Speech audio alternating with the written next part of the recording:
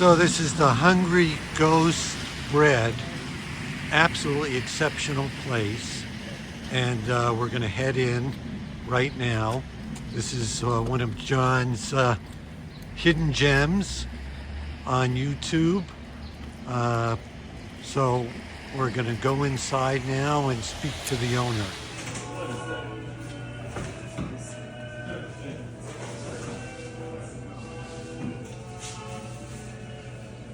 And it's so beautiful in here, and you have this wonderful music. Yeah.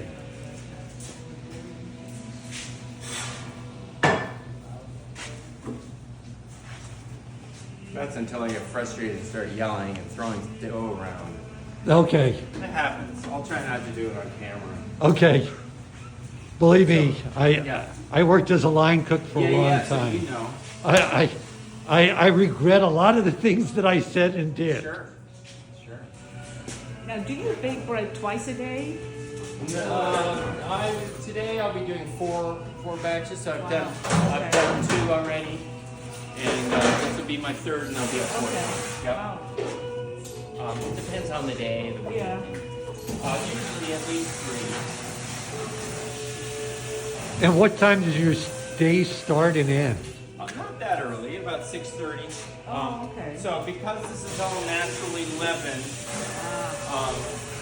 here I'm going to take you over there for a quick moment and see That's cool. that over here. This is my starter. So this is what runs the bakery, and when little kids used to come visit, little school children would come, and they'd say, "Where's the ghost?" Oh, yeah. And I'd say, "This is the ghost right here," and it would bubble, and I'd say, "And that's the ghost farting. The ghost is farting, and this bakery runs on ghost farts." And not only is it's kind of funny, but it's true. Yeah. Right. So we run on ghost farts. This does its thing overnight, And then you and the dough does its thing. So this is what we've mixed already today, and this is for tomorrow's bread. God. Okay, so there's the ghost farts right there, and I have to fold it, and this develops the gluten strands. Now, do you make a leaven? You know, I bake my own bread. Yeah. We just keep that going all the just time. keep it going. Right. So I feed that twice a day. I see. Okay. And So that leaven is like 20 years old, or? oh, it's all, well, as I like to say, it's not the pedigree of it. The pedigree is, it's the maintenance of it.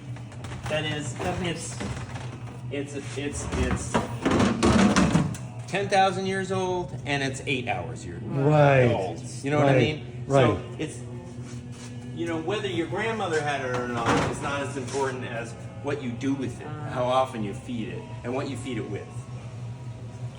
If you have good flour to feed it with. Right. So do you have Clean sort of water. like a stone ground flour that somebody specially Right there. grinds for you? I have that. I have all kinds of different flours. So I use white flours. There's about 6 different kinds of flour over there. So I have white flour that I get from Quebec. And those bags, they're all the white bags. This is a bolted wheat flour and bolted rye.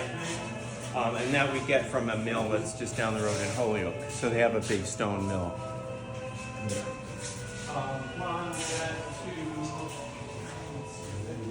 So I'm curious, how many times do you turn your dough?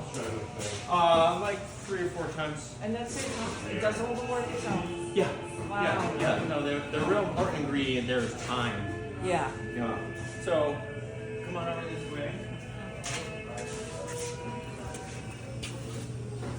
So, this is the firebox.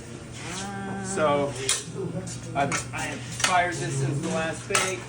That's fire is died down, and I'm just gonna bury those embers. Dave, you want to see this too?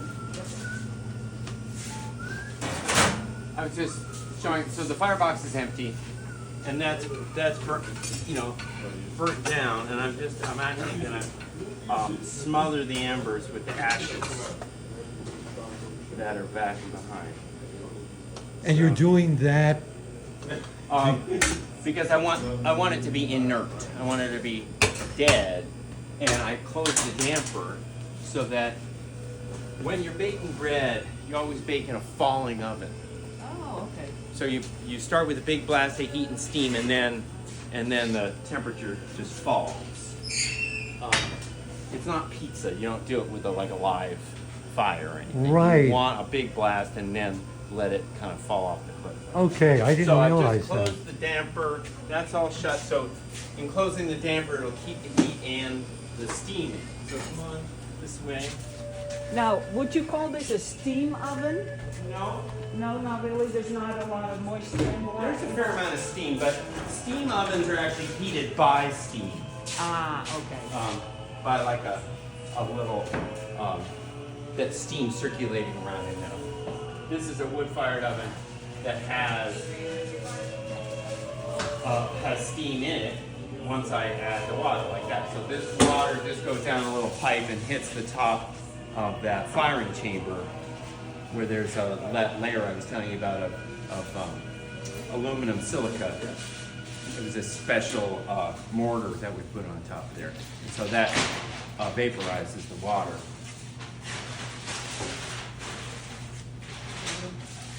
Wow, I can't imagine there are many people doing this anymore. This Well, is probably more than you know, but not as many as there are.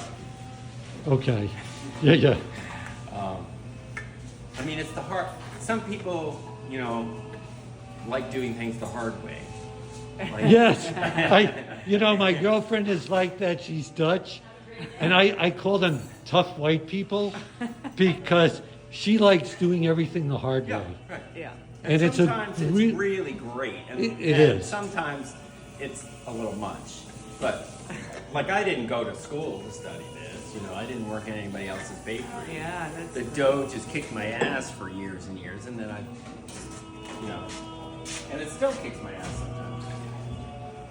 Now, do you ever have a batch where you go, ooh, that's Yeah. not so good? Sure. Yeah.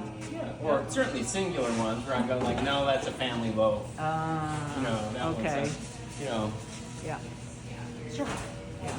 I mean, because as I've been telling Dave, so Dave's spending the day shadowing me. Okay. Okay. And Hi, Dave. what we do with the dough, so too much bread, too much food making or anything making, music making, plays it safe, right?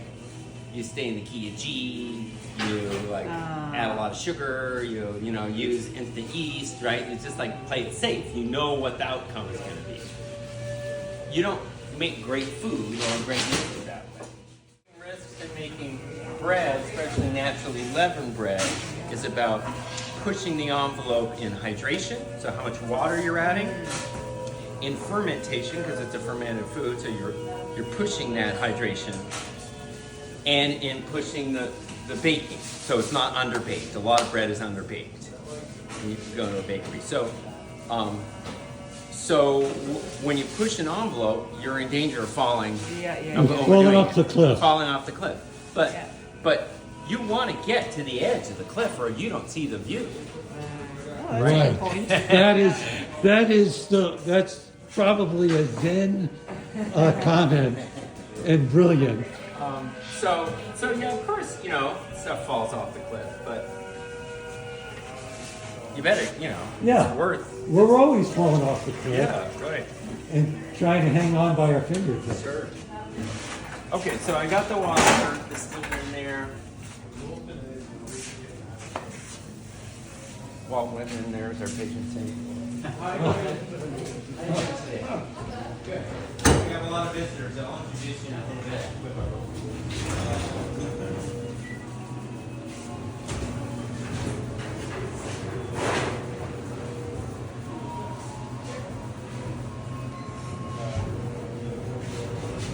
And that's the proofer? Well, it's a proofer tends supposed to be a warm place. Right. This is a cold. Okay. So this is technically you'd actually call it a retarder because you're retarding the fermentation. So these doughs were all mixed. Careful, food comes through. These doughs were all mixed yesterday, over 24 hours ago. Oh, wow. And then shaped yesterday afternoon. So they were in those bins yesterday. And then got put on these racks and put inside there yesterday about 4 or 5. And they sat in there overnight. So the whole idea is for it to ferment very slowly. Right. And you can easily make a mistake of it being too slow or too fast. So if it's too cold in there, if the dough hits 41 degrees Yeah. Fahrenheit, it goes to sleep. Okay, so no fermentation happens. But between the heat in the dough and the fact there's a plastic cover and stuff, I set that temperature set at about 42, but the dough doesn't quite get there. So basically it goes into a dream state rather than full sleep. And so the hope is that when I get here in the morning, it's achieved exactly the right level of development. Not overdeveloped and not underdeveloped. Right. That's a lot of experience and a certain amount of luck. Right. Yeah, because it's something I think that Lucia has tried, and it seemed like it didn't quite work. No, to keep it cool overnight, no. Yeah. Right. But that's because your fridge is too Yeah. cold. It's too cold. Okay. Yeah. Maybe I should try it in the Fridges are winter. in the 30s. Yeah. Right? 37. Yeah. So then you that's too stop cold, it. So go into Yeah. sleep. So yeah. So you got to come up with a different Yeah. approach. So then you keep it overnight and then you take it out. And then I take it out and bake it right away. Oh, and then you bake it right away. Okay. Yeah, so some people swear this. Yeah. Who did I have Wow. swearing at me? Yeah, that's gorgeous. Wow. Jim Sullivan. No, Sullivan Street. Jim Leahy. Yeah. Yeah, I have no need for him, man. I really don't. Anyway, he was bitching at me one day about this. He was like, it's ugly blisters. I'm like, dude, whatever. But yeah, so some people want to bring the dough up to room temperature before you bake it. Yeah. I actually find that you get a better oven spring when it's cold dough. Oh, Right? really? Okay. You risk over fermenting it and all in the oven. Yeah. I gotta try this because my bread now keeps me busy for a whole day. Yeah. Oh Right? yeah. No need to do that. No need to do that, huh? Huh. Well, Okay, I'm gonna try it. we're learning. But dust it more. You see how dusty Yes. these are? Yeah. Yeah. That's because it's a sloppy dough and it sits for a long time So in a you basket. really have to, yeah. Are you doing sourdough or are you doing yeast dough? Sourdough. Yeah, yeah. Now, do you put all the dusting in the basket or on the dough? Because I can't A little bit of both. A little bit of both. I put it on the dough and in the basket. Okay. Wow. Yeah. Yeah, and this is always that tricky part of cutting it. Yep. And So the rule of thumb is, if it's the more developed it is, the less you cut it. Ah, okay. Because you don't want to deflate it like a balloon. Right. If it's less developed, you can cut it deeper. Yeah. Okay. Very cool. And that is now going in there.